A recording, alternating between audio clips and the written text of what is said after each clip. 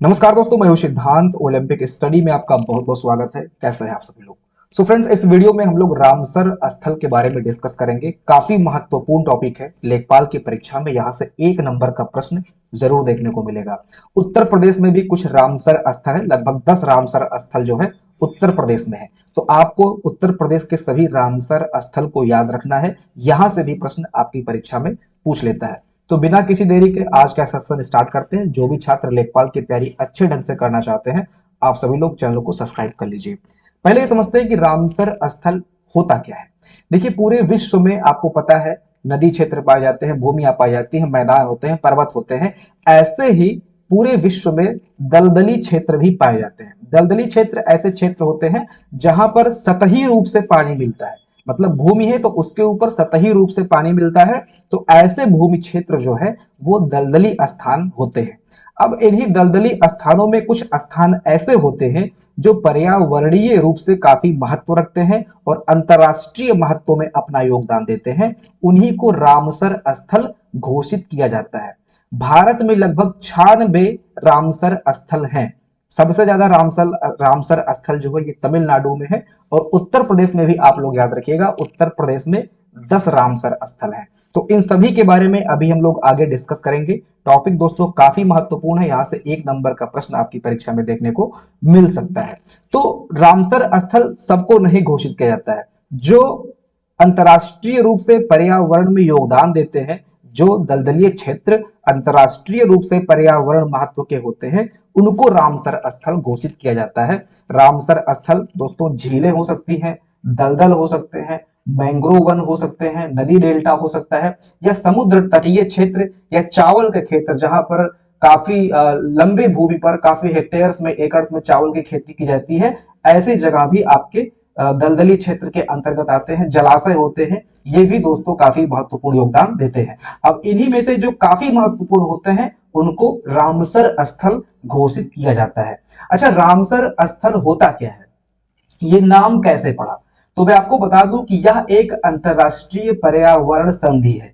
Actual नाम की अगर हम बात करें इसके, तो इसका नाम है, पूर्ण नाम की अगर हम बात करते हैं तो पूर्ण नाम इसका है convention on wetlands of international importance specially as waterfall habitat.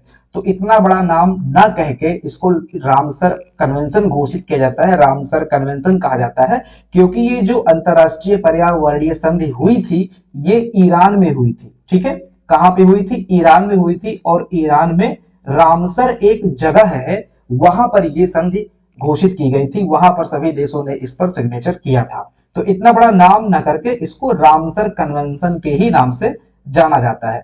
अब यहां पर 3-4 प्रमुख डेट है जो कि आपके दिमाग में फिक्स हो जाने चाहिए, और इन डेट से परीक्षा आपके प्रश्न में आपके परीक्षा में पूछ सकता है। पहला दोस्तों यह है कि 2 फरवरी 1971 को इस पे सभी देशों ने हस्ताक्षर किया था। सभी देशों ने हस्ताक्षर कब किया था? तो 2 फरवरी 1971 को रामसर ईरान में सभी देश मिलकर इस संधि पर हस्ताक्षर किए थे। ठीक है, जगह कौन थी? Iran, Ramsar. ठीक है, लागू कब हुआ था ये भी आप याद रखिएगा। इसके 4 साल के बाद 1975 में ये लागू हुआ था। भारत की इस भागीदारी इसमें कब हुई थी? तो भारत की भागीदारी, फिर से आप लोग एक डेट याद रखिए, 1982 में भारत इसमें शामिल हुआ था। तो पूरे विश्व के देशों ने मिलकर हस्ताक्षर कब किया? 1971 में। लागू कब हुआ? 1975 में। और भारत की भागीदारी इसमें कब हुई? तो 1982 में। ये तीनों डेट दोस्तों आप लोग याद रखिएगा, परीक्षा में पूछ सकता है। 2 फरवरी 1971, यहां पर आप 2 फरवरी देख रहे हैं, चूंकि सभी देशों ने मिलकर यहां पर हस्ताक्षर किया था, इसलिए पूरे विश्व में 2 फरवरी को हर साल विश्व आर्द्र भूमि दिवस मनाया जाता है। ठीक है, ये भी आप लोग याद रखिएगा, काफी मोस्ट इंपॉर्टेंट है ये। ठीक है, पूरे विश्व में विश्व आर्द्र भूमि दिवस कब मनाया जाता है? तो 2 फरवरी को मनाया जाता है। इसमें अभी तक 170 प्लस देश शामिल हो चुके हैं। तो ये काफी महत्वपूर्ण फैक्ट्स हैं, इनको आप सभी लोग याद रखिएगा। सभी जो फैक्ट है यहाँ पर काफी महत्वपूर्ण रखे गए हैं।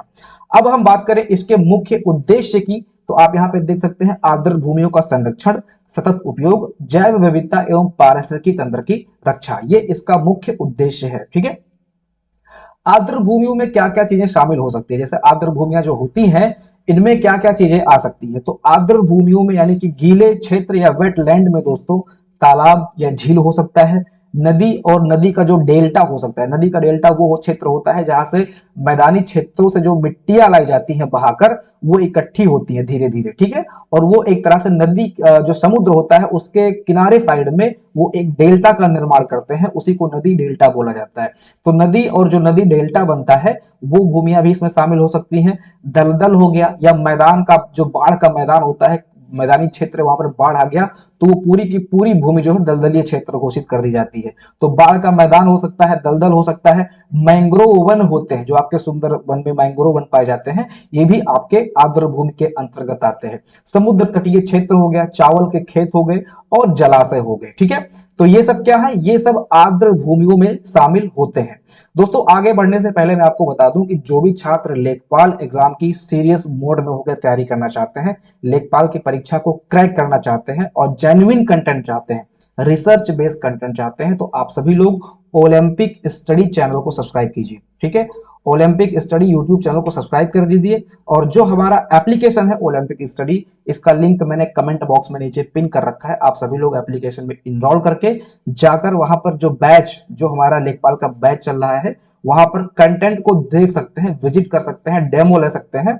इसके बाद में फिर आप बैच में इनरोल कर सकते हैं। बहुत ही बढ़िया अच्छे स्तर का जो रिसर्च कंटेंट है वो हम आपको देख रहे हैं। पीवाईक्यू बेस्ड आपको कंटेंट दिया जा रहा है, यानी कि यूपी ट्रिपल एस सी आयोग जिस तरह का परीक्षा पैटर्न, जो प्रीवियस ईयर का परीक्षा पैटर्न रहा है, उस बेस पर कंटेंट आपको रिसर्च करके दिया जा रहा है। कंप्लीट पीडीएफ प्रिंट नोट के माध्यम से कराया जा रहा है, कंप्लीट वीडियो सेशन आपको दिए जा रहे हैं, हार्ड लेवल के जो टेस्ट सीरीज हो सकते हैं वो आपको दिए जा रहे हैं, ठीक है। तो सभी विषयों का अध्ययन एक ही जगह पर आपको ओलंपिक स्टडी एप्लीकेशन पर देखने को मिल जाएगा। जो भी छात्र सीरियस होकर एक बार में सिलेक्शन लेना चाहते हैं, आप सभी लोग इस एप्लीकेशन को डाउनलोड करके चेक कर सकते हैं, ठीक है। जो इसका लिंक है नीचे कमेंट बॉक्स में मैंने पिन कर दिया है। अब देखिए समझते हैं कि रामसर स्थल घोषित करने के जो मानदंड हैं ये कौन कौन से हैं। किसी भी स्थल को रामसर स्थल घोषित करने के लिए, अब सभी जो दलदलीय भूमि है वो रामसर स्थल नहीं होते हैं। रामसर स्थल जैसा कि मैंने आपको बताया, जो अंतरराष्ट्रीय महत्व की पर्यावरणीय जो क्षेत्र होते हैं उनको रामसर स्थल घोषित किया जाता है। तो 9 मानदंड लगभग घोषित किए गए हैं, इनमें से कोई भी एक मानदंड अगर वो पूरा करता है तो वो रामसर स्थल के अंतर्गत आ जाता है। जैसे उस क्षेत्र में जो दलदलीय क्षेत्र है वहां पर दुर्लभ या संकटग्रस्त प्रजातियों का आवास हो, प्रवासी पक्षियों के लिए महत्वपूर्ण क्षेत्र हो, विशिष्ट पारिस्थितिकी तंत्र हो, जल आपूर्ति, बाढ़ नियंत्रण और जल गुणवत्ता में उसका योगदान हो। तो ये कुछ मानदंड है जो कि लगभग 9 मानदंड है, उनमें से कोई भी एक मानदंड अगर पूरा कर लेता है तो वो रामसर स्थल के अंतर्गत रामसर स्थल घोषित कर दिया जाता है, ठीक है। अब हम बात करें रामसर स्थलों का महत्व क्या है, तो महत्व में आप देख सकते हैं, पर्यावरणीय महत्व की बात करें तो जैव विविधता का संरक्षण है, भूजल पुनर्भरण है, बाढ़ नियंत्रण है, जल की गुणवत्ता में सुधार। आर्थिक व सामाजिक महत्व की बात करें तो यहाँ पर मछली पालन हो सकता है, इको टूरिज्म होता है, जैसे पक्षी अभयारण्य वगैरह बना लिए जाते हैं जहां पर प्रवासी पक्षी आते हैं तो लोग उनको देखने के लिए जाते हैं, ठीक है। तो इको टूरिज्म वगैरह घोषित कर दिया जाता है। वह क्षेत्र स्थानीय समुदायों को आजीविका देता है, मछली पालन लोग करते हैं तो वहां से उनको आजीविका मिल जाती है। पारंपरिक जीवन शैली का संरक्षण होता है, ठीक है। इसके बाद में आप बात करेंगे तो जलवायु परिवर्तन में भूमिका है, कार्बन भंडारण करते हैं ऐसे क्षेत्र, जलवायु अनुकूलन एवं लचीलापन होता है, ठीक है। तो ये सारी चीजें हैं जो आपको पता होना चाहिए कि इनका पर्यावरणीय महत्व क्या है। वैश्विक स्तर की अगर हम बात करें तो ये डेटा आप लोग याद रखिएगा कि पूरे विश्व में लगभग 2500 प्लस ऐसे दलदलीय या आर्द्र भूमि क्षेत्र हैं जिनको रामसर कन्वेंशन के तहत रामसर स्थल घोषित किया गया है। तो कितने रामसर स्थल पूरे विश्व में हैं, तो 2500 प्लस रामसर स्थल पूरे विश्व में हैं, जो लगभग 2.5 मिलियन वर्ग किलोमीटर क्षेत्र को कवर करते हैं, ठीक है। ये क्षेत्र विश्व की सबसे महत्वपूर्ण पारिस्थितिकी प्रणालियों में गिने जाते हैं। तो ये कुछ थ्योरी हो गया जो कि आपको जानना चाहिए, समझना चाहिए। अब हम आते हैं इंपॉर्टेंट चीजों पे, ठीक है, इंपॉर्टेंट फैक्ट्स पे। तो भारत के बारे में अगर हम बात करें तो भारत में कुल कितने रामसर स्थल हैं। प्रश्न बनेगा कि भारत में कुल कितने रामसर स्थल हैं, तो अभी तक कुल 96 रामसर स्थल भारत में हैं। और ये क्षेत्रफल भी आप लोग याद रखिएगा कि कुल क्षेत्रफल लगभग 13.6 लाख हेक्टेयर पर ये रामसर स्थल भारत में फैले हुए हैं। दक्षिण एशिया में सर्वाधिक रामसर स्थल भारत में है, यानी कि जो आपका दक्षिण एशियाई क्षेत्र है वहां पर सर्वाधिक स्थल जो है रामसर वाले ये भारत में ही है।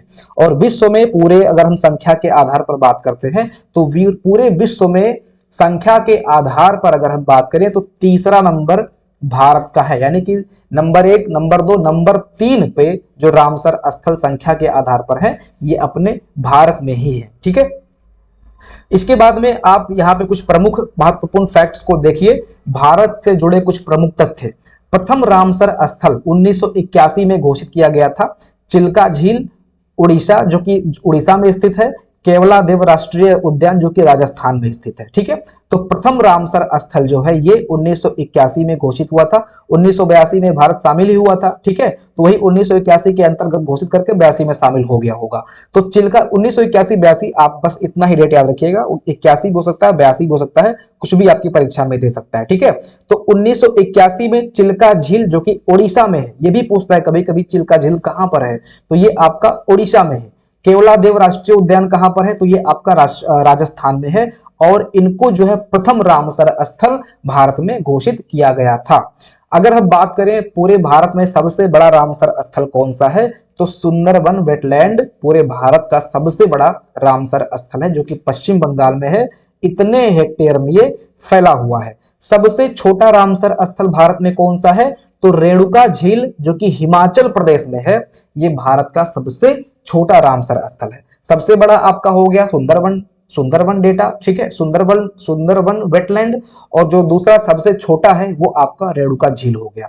अगर हम बात करें स्टेट वाइज, तो एक स्टेट में सबसे ज्यादा रामसर स्थल दोस्तों तमिलनाडु में है, जो कि 20 रामसर स्थल लेके अकेले यहाँ पर 96 में 20 रामसर स्थल अकेले तमिलनाडु के हैं। उत्तर प्रदेश का दोस्तों दूसरा स्थान है रामसर स्थल। अगर स्टेट वाइज देखेंगे तो दूसरे स्थान पर आपका उत्तर प्रदेश ही आता है। ठीक है, और उत्तर प्रदेश के ये सभी रामसर स्थल आपको याद रखने हैं, क्योंकि उत्तर प्रदेश का एग्जाम है, तो यहां से प्रश्न दोस्तों आपकी परीक्षा में पूछ सकता है। तो उत्तर प्रदेश के ऊपरी गंगा नदी रामसर स्थल घोषित किया गया है। समसपुर पक्षी विहार, नवाबगंज, समन, पार्वती अर्गा, सुर सरोवर, साख्या सागर, इसके बाद में बखिरा हो गया, हाइडरपुर हो गया, असफाबाद हो गया।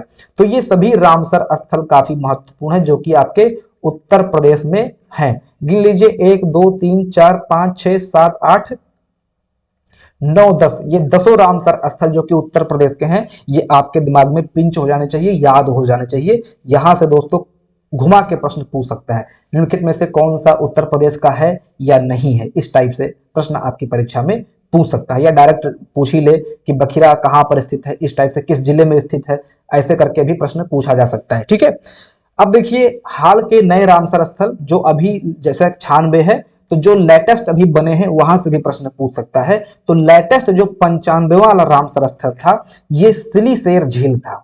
ठीक है, तो 95 नंबर का जो रामसर स्थल है ये सिलीसेर झील है। और जो लास्ट है आपका 96, ये काफी महत्वपूर्ण है। ठीक है, ये आपका कोपरा जलाशय है। कोपरा जलाशय ये काफी महत्वपूर्ण है, याद रखिएगा। कोपरा जलाशय कहां पर है ये भी पूछ सकता है, तो आपका छत्तीसगढ़ में है कोपरा जलाशय। ये आपके दिमाग में फीड होना चाहिए। 96 नंबर का रामसर स्थल है, कहां पर स्थित है, तो छत्तीसगढ़ में स्थित है। ठीक है, झारखंड का पहला अगर बात करेंगे तो उधवा झील है, ये उतना इंपॉर्टेंट नहीं है। ठीक है, इसके बाद में सिक्किम का भी पूछ सकता है, सिक्किम का जो है खेजो पालरी है, तो ये दोनों उतना इंपॉर्टेंट नहीं है, फिर भी आप लोग ध्यान रखिए। झारखंड का पहला उधवा है, सिक्किम का खेचो पालरी है। ठीक है, भारत के जो अन्य प्रमुख रामसर स्थल है जहां से PYQ यानी कि पिछले किसी भी परीक्षा में प्रश्न पूछे गए हैं, वो ये सारे हैं। ठीक है, ये वो सारे ऐसे फैक्ट हैं जो पिछले किसी परीक्षा में पूछे गए हैं। लोकटक झील कहां पर है, मणिपुर में है। वुलर झील कहां पे है, जम्मू कश्मीर में है।